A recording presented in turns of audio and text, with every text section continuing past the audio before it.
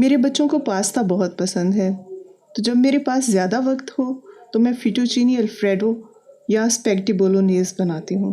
और जब कम वक्त में कुछ बनाना हो तो उन्हें खुश करने के लिए चिकन मैकरोनी बना लेती हूँ। मेरी इस आम रेसिपी को जो चीज़ ख़ास करती है वो टमाटर और प्याज से मुतल्लिक ट्रिक्स हैं, जो मैं आपसे थोड़ी देर में शेयर करूँगी। एक पतीले में पानी बॉयल करने के लिए रख दिया है। इसमें मैंने 2 चम्मच नमक डाला है। मेरे हिसाब से 400 ग्राम मैकरोनी के लिए 1 चम्मच नमक काफ़ी होता है। मैं 800 ग्राम मैकरोनी के साथ बना रही हूँ, इसलिए मैंने 2 चम्मच डाले हैं। कि पानी उबलना शुरू हो गया है और इसमें अब मैकरोनी डाली है। 7 से 8 मिनट पकाने के बाद इसे चेक करेंगे। अब हम चिकन की तरफ आ जाते हैं। चिकन के लिए हम खुले पैंदे का बर्तन लेंगे। खुला बर्तन इसलिए ताकि मैकरोनी आसानी से उसमें मिक्स हो जाए और खिली खिली रहे। मैंने इसमें आधा कप तेल डाला है। तेल गर्म हो गया है। अब मैं इसमें 1.5 टीस्पून लहसुन पेस्ट, 1 टीस्पून अदरक पेस्ट और हाफ टेबल स्पून बारीक कटी हुई हरी मिर्चें डाल रही हूँ। बाकी की हरी मिर्चें मैं उस वक्त डालूंगी जब मैकरोनी बिल्कुल तैयार होगी। हल्का सा पकाने के बाद मैंने इसमें अब चिकन शामिल कर दिया है। चिकन को सिर्फ सफ़ेद होने तक पकाना है, इससे ज़्यादा इसको नहीं पकाना। ये देखिए चिकन सफ़ेद हो गया है। अब मैं इसमें खुश्क मसाले डाल रही हूँ।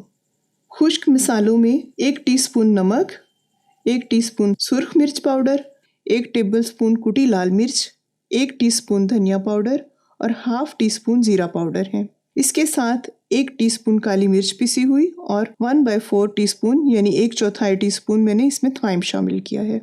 ये सारे मिसाले मॉडरेट टेस्ट के लिए काफ़ी हैं। अगर आपको ज़्यादा स्पाइसी पसंद है तो आप इसमें अपने हिसाब से ज़्यादा और कम भी कर सकते हैं।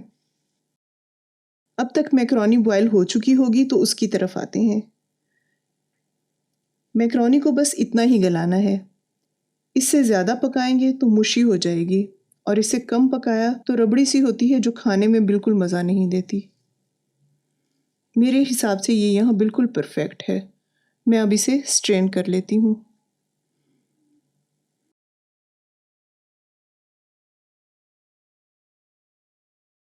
अब इसमें 2 चम्मच ऑयल डाला है मैंने और इसको अच्छी तरह से मिक्स कर लूँगी। ऐसा करने से मैकरोनी खिली खिली रहेगी और आपस में जुड़ेगी नहीं। आप कोई भी ऑयल इस्तेमाल कर सकते हैं, मैंने वेजिटेबल ऑयल किया है। अब आते हैं उस ख़ास ट्रिक की तरफ। आमतौर पर लोग पहले प्याज पकाते हैं, फिर उसमें मिसाले डालकर टमाटर से भूनने के बाद चिकन डालते हैं। आपने देखा कि मैंने पहले चिकन पकाया है लहसुन अदरक के साथ, फिर उसमें ड्राई इंग्रेडिएंट्स डाले हैं। अब मैं इसमें प्याज डालूंगी। इस तरह पकाने से प्याज क्रंची रहते हैं और मैकरोनी के साथ इनका बहुत अच्छा टेस्ट आता है। प्याज अब अच्छी तरह भून चुके हैं और इनका कच्चापन भी ख़त्म हो गया है। इससे ज़्यादा इन्हें पकाने की ज़रूरत नहीं है। अब इसमें टमाटर जाएंगे। टमाटर और प्याज के जूसेस चिकन को टेंडर करते हैं।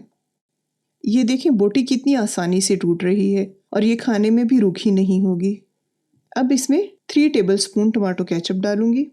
इसको अच्छी तरह मिक्स करने के बाद जब ये भुन जाए और तेल अलहदा हो जाए तो यही सही टाइम है मैकरोनी शामिल करने का।